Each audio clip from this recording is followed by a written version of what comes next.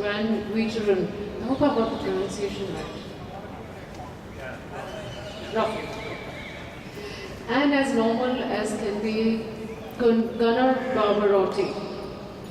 So I'm going to welcome Hakan and Jerry on stage. Thank you.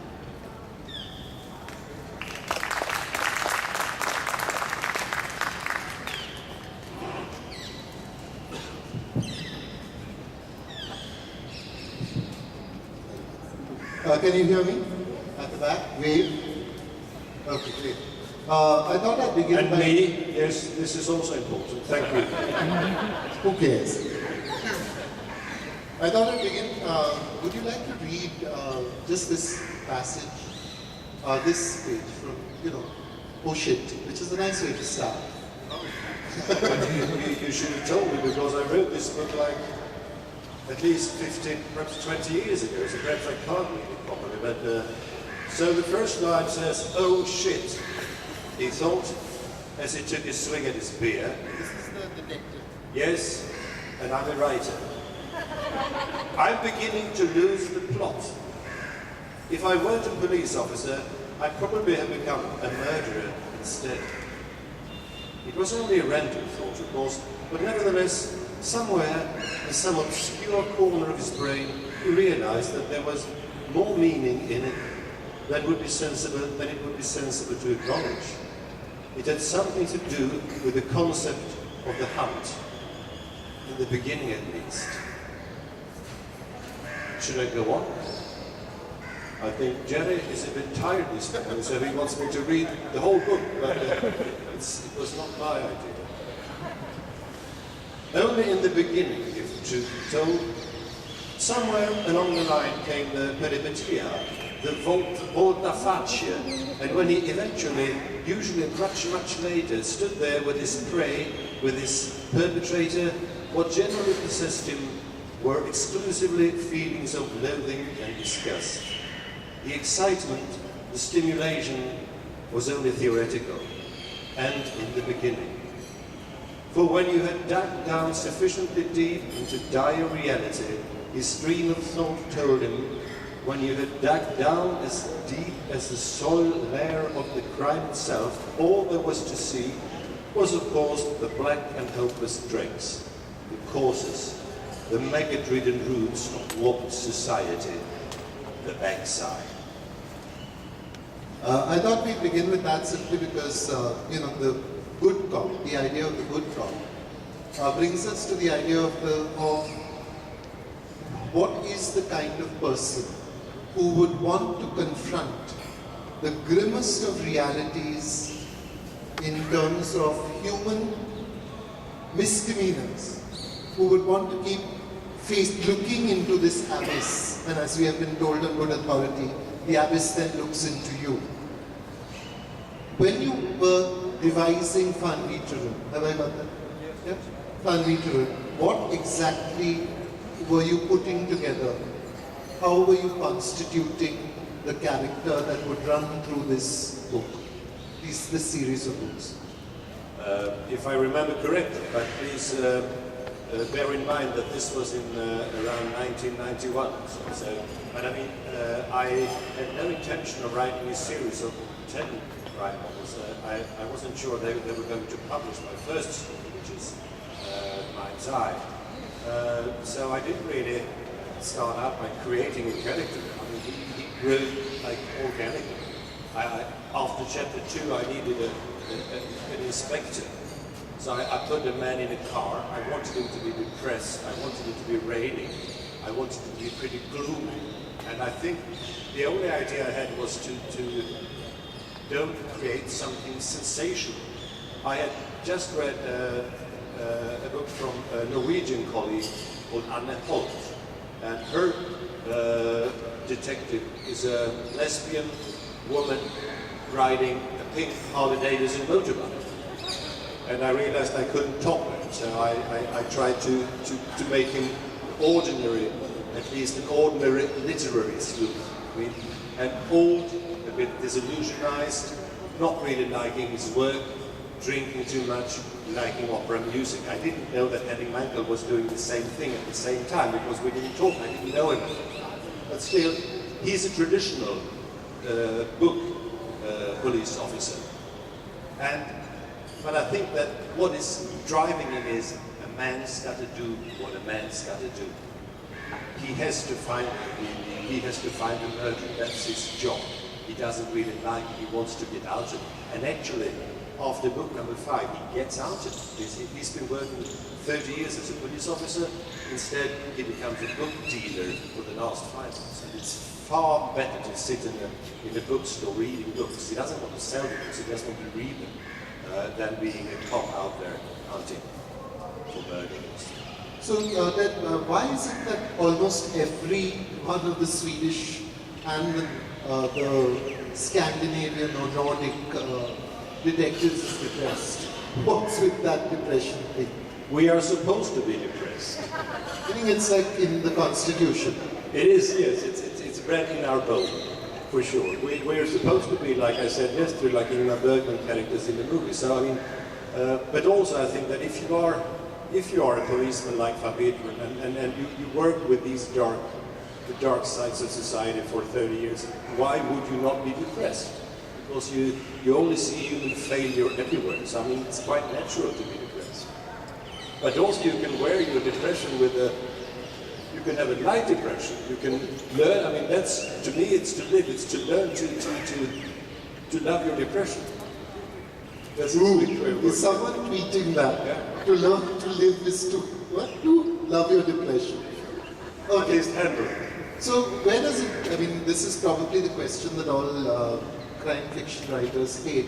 But where does a book start? Does it start with the victim? Does it start with the incident? Does it start with the twist? Or give us examples from the work. Well, I don't know. I think it could start anywhere, depending what kind of story it is. I mean, what you need basically is you need the story that you think it's worth telling, and then you need a way to tell it, and that's it. But you need these two fundamental things before you can start. And sometimes you need a plot. Sometimes you just need a situation, but it depends on what kind of a story it is. There are different, even in this series about 10 books, there are different stories, and I think I started from different starting points in all 10 of them. So give us a couple of starting points, like in The Mind's Eye, for instance, where were you starting? The Mind's Eye, that's the first one. I started, this is the first one. I remember because I did not intend to write crime fiction. And I had the story that I found interesting, and I think I told you about. I'm repeating myself again because I know that some of you were here yesterday. But I had a man waking up with a hangover, and the hangover was pretty heavy. So because he drank too much wine last night, and he doesn't even recall his own name. He doesn't recognize his own bedroom. But he wakes up, and he realizes that it looks familiar. This is my window. And then eventually he manages to crawl out of bed, and he comes to the bathroom where he finds his wife dead in the bathtub, which is a problem. Everybody who has ever found his wife dead in the bathroom knows this is a problem. But another problem is that he cannot recall what happened last night because he drank too much, so he has a memory loss. But that was the starting, and this story. No. How does that starting point occur to you? Are you married? Yes, I used to be. Where is she? Is she alive and well? No, all my former wives are still alive, for sure, as far as I know. But that was the starting point, and you go on from there. Great. So, for instance, I'm thinking about Pedro Almodovar's movie Mala Educación, Bad Education, where he's sitting and looking through the papers and looking at the small stories for like bits and pieces. He reads about a woman who's sitting on the back of a motorbike, and the man who's driving the motorbike has died, and they're just zipping down the highway because he's got his hands on it. So that comes out of something he read. So do you use the stuff of your daily life or the things you encounter in the newspapers, on TV for instance? Is that also where some of the starting points can be? Well, not for me anyway. I realize that some writers work this way, but I mean, most murders are so boring that they will only last for 3 or 4 pages. I mean, there is a guy in Sweden that somebody's drunk, he's pissed off with his wife, and then he kills her, and he regrets it, he calls the police, and then the case is closed.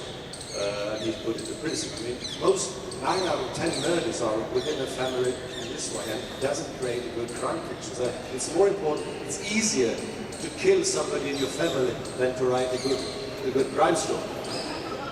If you see what I mean. Second tweet, it is easier to kill someone in your family than to write a crime story. So, is that why you chose to write crime stories? Because it's a little more difficult than the first? You said you didn't set out to write crime fiction. It sort of happened along the way of writing that first book. Then when was the tipping point at which you thought, oh, I'm actually working in crime fiction. Now this is going to require a lot more logic, a lot more structure, a lot more grammar, all the things that you talk about. A lot more grammar than what? A lot more grammar than, say, literary fiction, where you can range elegantly around. Here you've got to have a certain rhythm, a certain poise. You've got to know why people are doing what they're doing. And you can't say, oh, there was nothing on the telly, so she killed her husband. No, but I mean, first of all, I've written, I think it's 27, perhaps 28 novels, something else. Stop boasting. Huh? Don't boast. No, but I mean, I met a guy who read 300 the other day, so it's not much. I mean, and Shakespeare's even worse. I think he wrote 39 plays within 20 years, so this is not a quality. If you write a lot of books, you can still keep up with the quality, at least if you're Shakespeare. But what was the question? The question was, when did you discover, in the middle of the book, when you were writing this book, that you were writing crime fiction? Well, I realized that the first book is a crime novel, but I mean, and then it was published, and at that time there was no such thing as a Swedish crime book. I mean, this was early 90s, and I liked the genre because crime fiction is a good genre. You need to tell a good story where you, as a reader, you're hooked one way or the other, and also you can put almost anything into a detective novel. I mean, you can discuss, of course, you can criticize society, which most of the crime writers really do, or you can be like me, more psychological, philosophical, whatever. Because in a crime novel, death is always present. And when we want to think about the fundamental questions about life, we need the mirror of death to mirror our life. I mean, everybody knows that when you sit on when somebody close to you has died, and that's when you really delve on these fundamental, huge issues about life. So, and that comes automatically in crime story. So, also in that sense, you have to tell a good story, and you can squeeze in these important questions, existentialistic questions, naturally in a crime novel. I think that's what hits me from the beginning. And when you were making your central protagonist, policeman, did you have to do a lot of research into how the police function in Sweden, and what is the politics of a crime, I mean, a police station, and how they work and what operate, and who does what and stuff like that? If I had written these series set in Sweden, I probably would have had to do that. I mean, instead I put this, so it's not taking place in Sweden.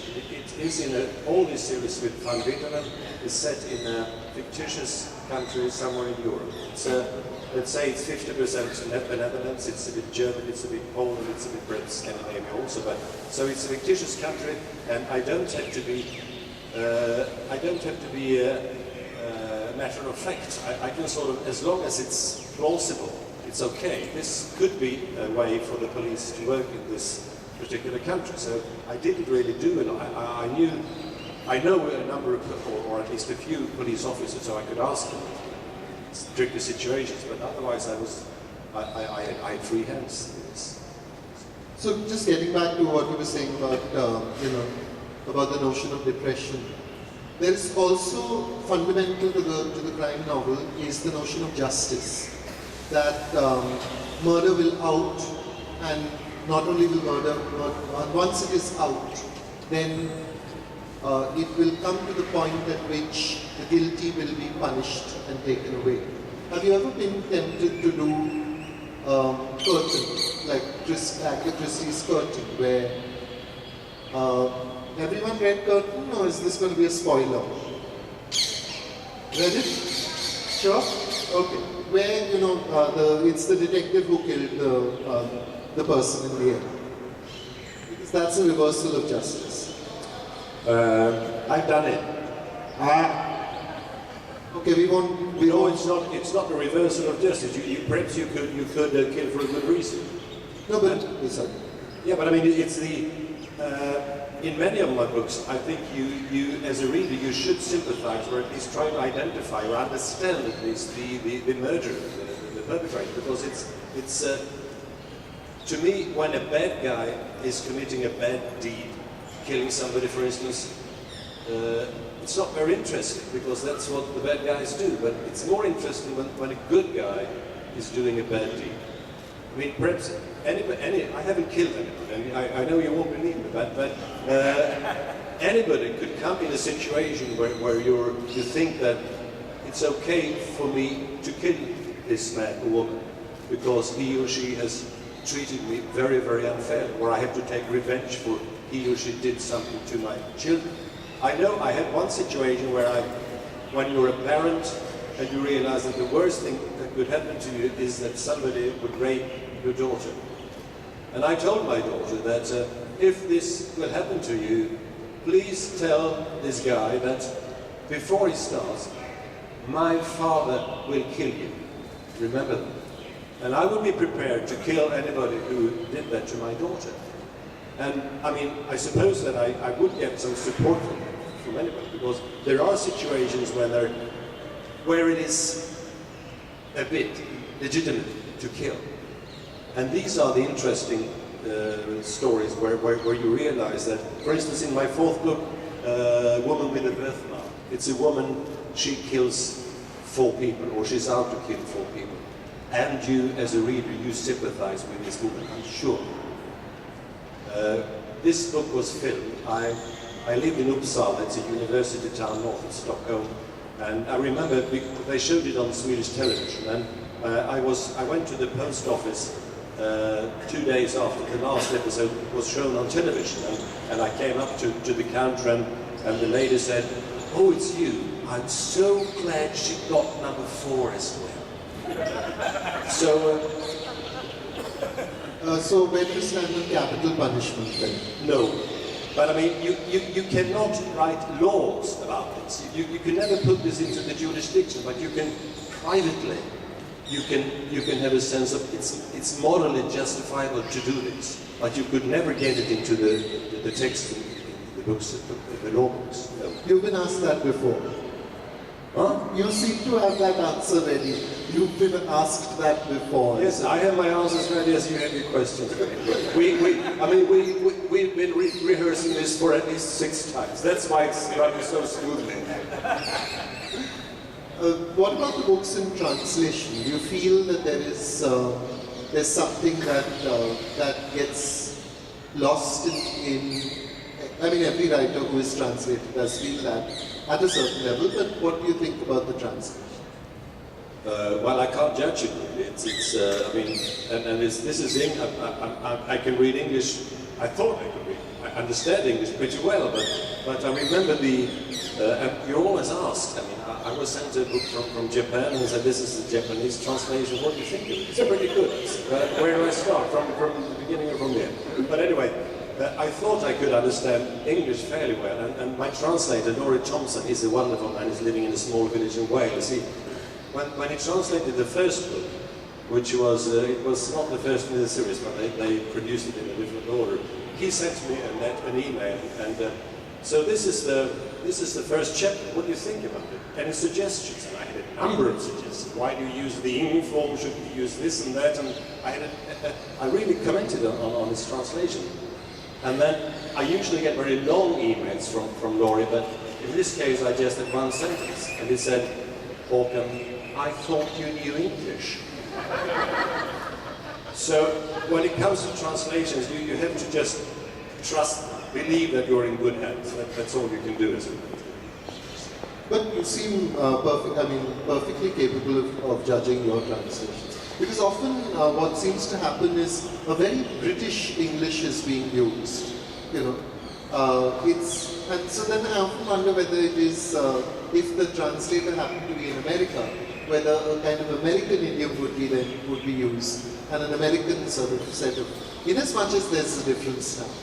I mean, the first 5 books in this series was a kind of a joint venture between the UK and the US, and that is a problem because in America they don't. I mean, they like Monty Python, but as far as it goes when it comes to British English. But I think that I haven't really checked it, but I think if you buy a book in New York, my book, they changed it. It's a kind of they want a mid-Atlantic English, as supposed to be in between Great Britain and US, so they don't accept the British version. So, but I mean, Laurie, he's British, so this is proper English.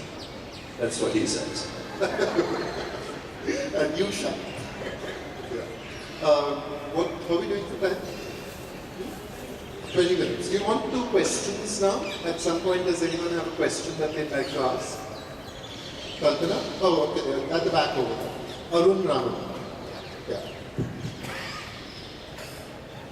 So I have a couple of questions. Even when I walked in, this tremendous explosion of writers, particularly in recent times from Sweden, in the crime and thriller genre. Is it just coincidence? Has there been a sort of an inspiring factor at this point of time? I know that there has been a tradition that goes back to Swedish crime writing, but how do you account for what's happening now? That's one question. And the second is, who are your personal influences in the genre? Who do you look up to, and which characters and writers have influenced you? Well, the first question, I'm afraid to say so, it's not a new question. It's been around for some 15 years, and I've had this question since, because this, what they call the Swedish crime boom, really started in the late 90s in Germany, only Europe. And I was always asked, Mr. Nesser, can you please describe the roots of the Swedish crime boom? Krimi, they say in Germany, and I really can't. I used to say it's a German problem, it's not a Swedish problem, and it is a bit random, really. But it started in Germany because Germany is the most important book country in Europe, for sure. They read a lot in Germany, and there are more than 100 million people, whereas Sweden is less than 10. So it's important for a writer to be published in Germany. And we were, me, Henning Mankel, and a few others in the 90s. But then it should have dropped down. But what happened in 2005-06 were two things. One was that Stieg Larsson produced his books. And that was also a bit random because what happened was that he was sitting there smoking too much. That's why he died. And he didn't live to see his success. He knew something was coming, but he died too early. And he had written 3 books. It was, they were like close to 3,000 pages. And his friend walked up to his office and said, "So what's this?" And he said, it's 3 books out of 10. And I think I write 10 novels, and then when I'm done with it, I go to a publishing house. And he said, "Are you crazy? You can't come with 10 books to a publishing house? So please could I take this to deliver them to a publishing house?" And okay, said Stieg Larsson. He went to the first one, they said, no, this won't work. The second one said yes. But if this thing hadn't happened, we wouldn't have this crime. And the second thing was that Kenneth Branagh, the British actor, decided to do Wallander, who is the protagonist in Henning Mankel's books, for BBC. And these two things happened almost simultaneously. And then the rest of the world adopted to Swedish crime fiction. So this is the two roots. But of course it's a commercial thing. Everybody's reading the same stuff, everybody's eating the same kind of ice cream, and this Swedish crime boom will pass. We write a lot of bad crime fiction in Sweden, but since we are so many, even a few good ones are published. I'm sorry, influence, I don't know. I read a lot, and then you speak from everyone. that's what you typically see. I mean, but I think I see more from Main Street writers and from crime writers.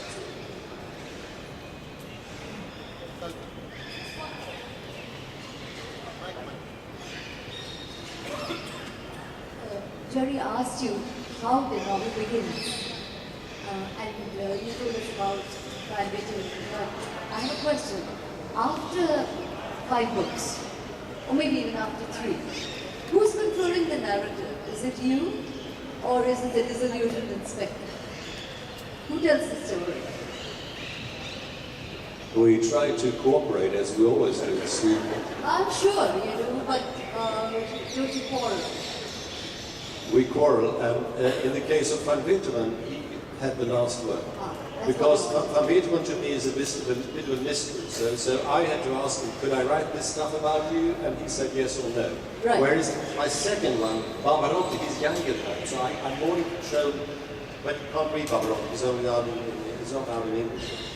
Thank you. That answers. No, but I just want to know, when you gave him colon cancer, what did he think? I don't remember. I think I had to give him also a few bottles of wine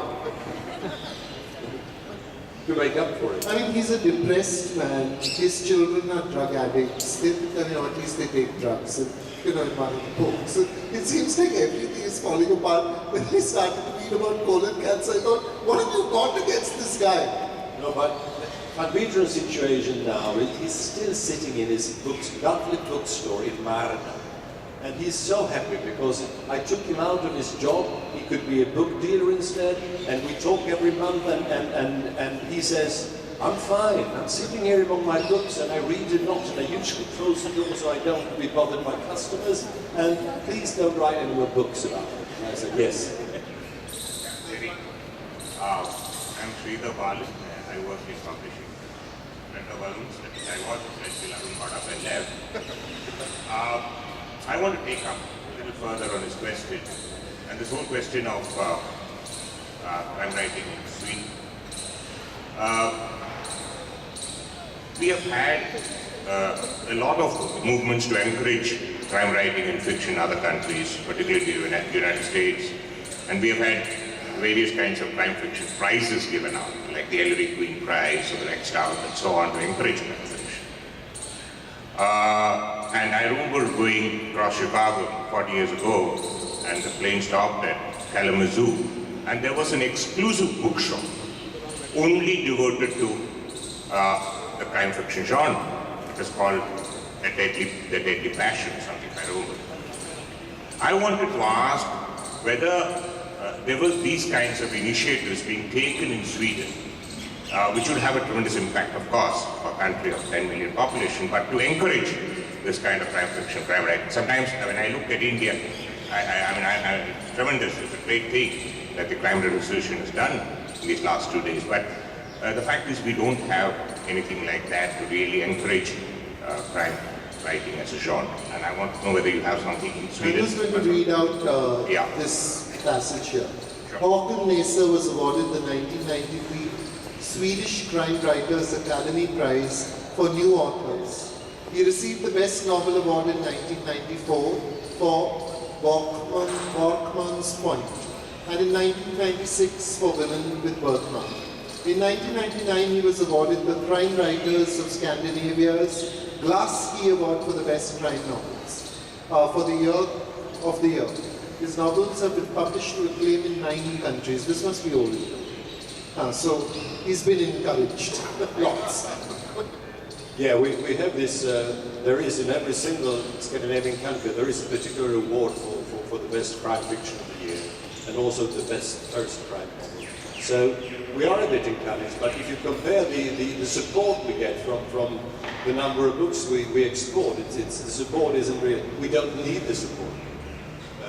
But I mean, there are some in Norway, in Denmark, in Finland, there are this kind of. But I don't think that the success of the Swedish crime boom, the explanation is not due to the support we got from these kind of institutions. No.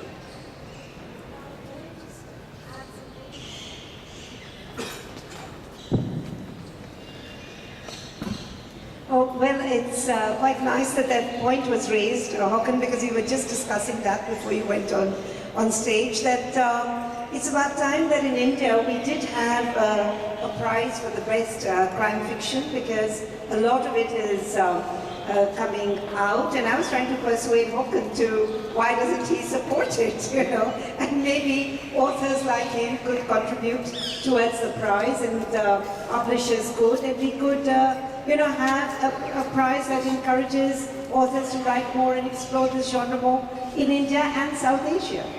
I think it's a good idea, because it also, I think a prize eventually creates better literature, because, I mean, I know that the good crime fiction coming out of Sweden is very close to mainstream literature. It used to be called a sub-genre.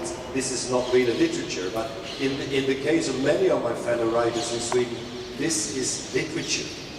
It's not just something you read for entertainment. These are really good stories. They are crime stories, but it's also good literature. And I think where the difference between the books, the good ones that are coming out of Sweden now, is that you could read them as a good novel, not only as a good crime novel. So the quality is getting better. And if you have a prize like this and you have a jury, they will have to go for quality, not just counting the cost. So let's announce that. Okay. Maybe next year we will have a prize for the best. I will. My suggestion for the name was it should be called the Puni Kunjan, but no one's taking it. Yeah. Okay. I have a little question. I'm sorry, up here. A line you mentioned was there has to be a body or a murder to have a crime fiction. Would you say that novels based on slavery, for instance, or political corruption, or just doing away with bodies to launder the organs, do they not form part of crime fiction? I don't know. It's where you draw the line between where crime fiction stops and something else starts. I'm not sure about that. And really, I can only answer for my own books. I don't care about labels. And many of my books have been discussed. Is this a crime story or not? For me as a writer, I want to tell a story, a good story, and whether it's a crime story or not. These books are important. But it helps, if you call it a crime novel, it will help selling it. Really. I mean, the idea I told you the story about Dostoevsky yesterday, I think. I mean, I had a friend who worked as a librarian over a summer 20, 30 years ago somewhere in Sweden. And in Sweden, in the libraries, you put yellow dots on the books. That is, this is a crime novel. And he thought that I want people to start reading Dostoevsky. So he put yellow dots on all of Dostoevsky's books, Crime and Punishment and the Karamazov Brothers, etc. And people started reading Dostoevsky because they thought it was a crime story. And they liked it. And they said that this very promising Russian author Dostoevsky is a very, very good crime writer. So you can use the genre to have enough more readers. Yes, well, when we talk of crime and punishment, then that goes by the kind of genre I'm talking about, but also has crime right in the name. Okay, I think there are two things. One is Dorothy Sayers said in the 1920s, you can't do a crime novel about a robbery. It has to be a murder. What you are talking about, I think, is definitely crime, because that is a violation of the natural order and of justice. They're definitely crime, the books about crime, but they wouldn't come under crime fiction, because crime fiction has a very specific agenda, which is an understanding of the political and the personal relationships between a specific person and the specific person who murders him or her. Whereas here, we are talking about people as units. Slaves are not chosen because that person can be a good slave, except in certain very sexualized encounters, but they're chosen as a group. Laundering of organs, or not laundering, but trade in organs, for instance, you're not chosen because you are that person, but because you belong to a certain underclass. So that comes into another kind of writing. It would probably come under thrillers, because this, depending on whether you did it as fiction or non-fiction, it would become thrillers, or it would become simply political, it would become horrible non-fiction. I think that's, but if you're talking about if you went to a publisher and you said, I've got a crime fiction book for you, he would be slightly startled if you were going to be talking about slavery or bonded labor, for instance. And he'd probably, if it's a well-written book, he should be sensible enough to take it and to be able to market it in a way that it deserves, rather than perhaps lumping it with other crime fiction, where people may just feel this isn't what they were looking for. But this is a trickier definition, because I don't really agree with these kind of lines. I mean, if you write about, many Swedish writers, so you want to criticize society, you find the problems that you have in the society, and what you do is that you pick a certain person from this group of people that we're talking about to make it a private thing. So I don't think it's really complicated, but why not call it a thriller prize to widen the genre? But there are so many sub-genres in this case, and they're always discussing where the borders are supposed to be. If there are no more questions, I think it's time to thank the Hindustan Times Crime Writers Festival. My special thanks, because I learned how to pronounce 3 names of writers who are very dear to me. It's Håkan Nesser. I always said Hakan.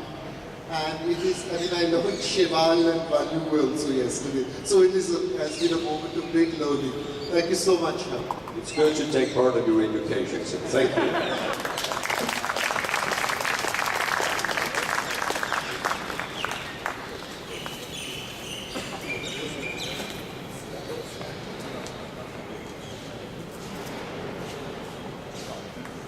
Håkan will be there to sign books to do the line up by. All 10 books are available.